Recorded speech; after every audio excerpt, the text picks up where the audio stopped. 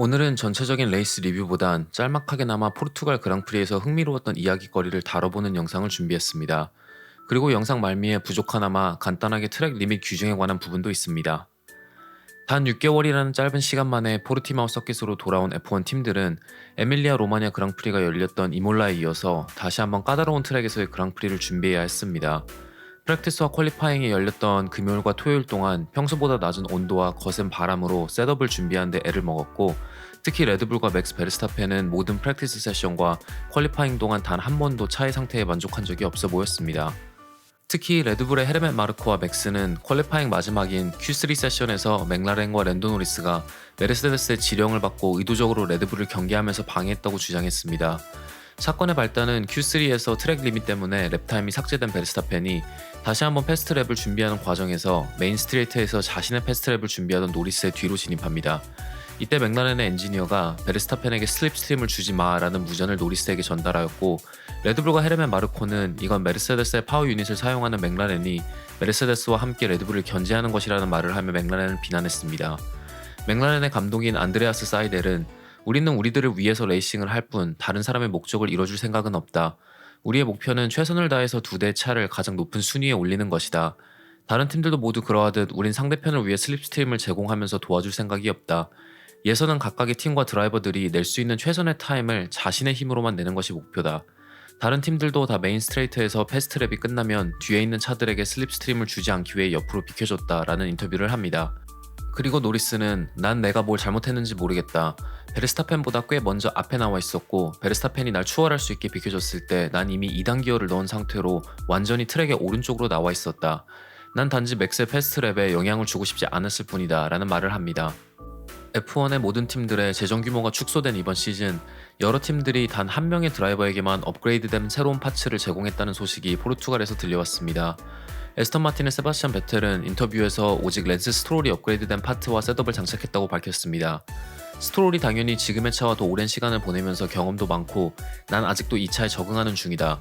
스트롤이 업그레이드를 받는 건 당연하다 라는 말을 남깁니다.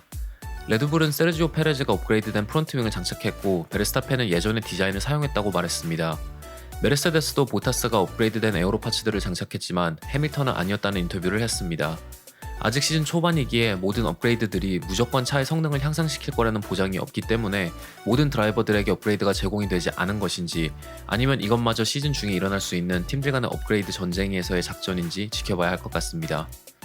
포르티마오에서 가장 큰 발전을 보여준 팀은 단연 알핀이었습니다.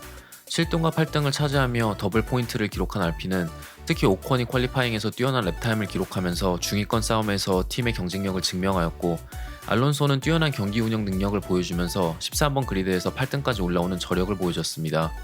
처음 두 번의 그랑프리에서 이런저런 다른 에어로 패키지를 실험하면서 업그레이드를 진행한 결과 포르투갈에선 새로운 플로어보드 디자인도 도입했습니다.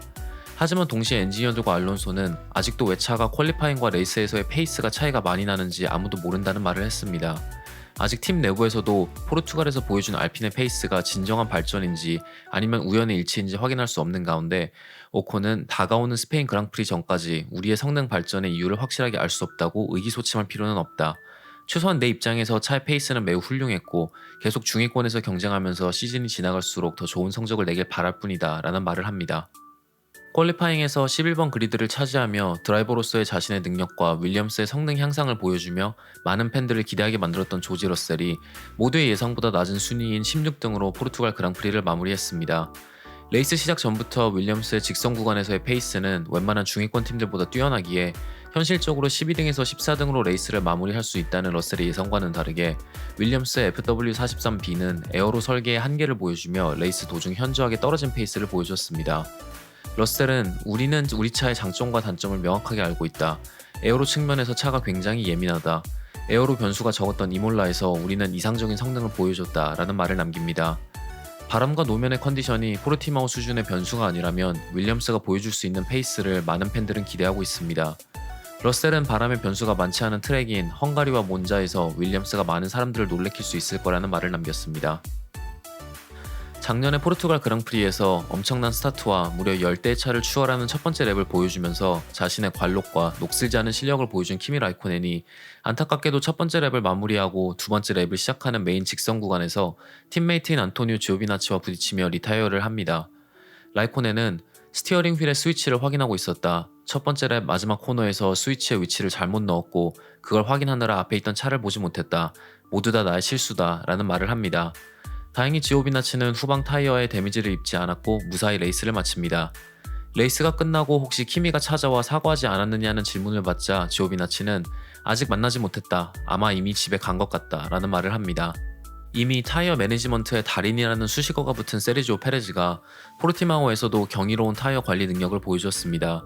미디엄 타이어를 무려 51바퀴까지 가져가면서 버틴 페레즈에게 일부 팬들은 혹시 레드불이 페레즈를 희생시켜 해밀턴을 견제하고 그 사이 맥스가 해밀턴과의 거리를 좁힐 수 있게 사용된 것이 아니냐며 레드불과 크리스천 호너를 비난했지만 호너는 레이스 직후 인터뷰에서 이미 레이스 중반부터 우리는 소프트 타이어를 낄 기회를 엿보며 패스트랩에서 챙길 수 있는 1점을 노리고 있었다.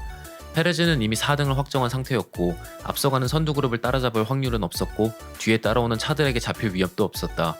그래서 우린 엔진 모드를 최대한 내리고 4등을 지키면서 패스트랩을 챙길 수 있는 시점까지 타이어 관리를 하기로 마음먹었다 라는 말을 합니다.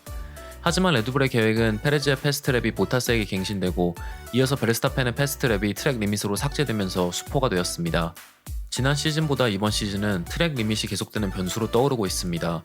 아주 간략하게나마 전문가는 아니지만 그동안 찾아낸 자료들을 바탕으로 짤막하게 설명해볼까 합니다. 아주 간단하게 생각하면 트랙 리밋은 트랙의 양쪽 끝에 그려져 있는 흰색 라인을 뜻합니다. 만약 이 선을 넘어서 차의 4개의 바퀴 모두가 바깥으로 넘어가면 트랙 리밋을 어기는 행위가 됩니다. 하지만 안타깝게도 F1의 트랙 리밋은 이렇게 단순하지 않습니다. 코너마다 특별한 규정이 존재하는 구간이 있고 레이스마다 상황에 따라 트랙 리밋의 규정이 바뀌기도 합니다. 예를 들어 바레인에서 말이 많았던 4번 코너의 경우 레이스 전날 드라이버 미팅에서 나온 FIA의 공문에 의하면 프랙티스 세션에선 흰색과 빨간색 연석 바깥을 돌면서 트랙 리밋을 어기는 경우 랩타임이 삭제가 된다고 규정했지만 레이스 도중 랩타임을 기록하는 과정에선 4번 코너의 트랙 리밋을 모니터하지 않고 트랙 리밋의 정의를 인조잔디와 자갈바까지 규정한다고 명시되어 있습니다. 하지만 레이스 도중 일어날 수 있는 모든 상황에 관해선 FIA 스포팅 레귤레이션 조항 27.3에 따른다는 말이 추가되어 있습니다. 스포팅 레귤레이션 조항 27.3은 드라이버가 트랙 리밋의 바깥으로 돌아 추월에 성공한다면 lasting advantage 혹은 영구적인 이득을 취하는 것이기에 부정행위로 얻어낸 순위를 반납해야 한다는 조항입니다.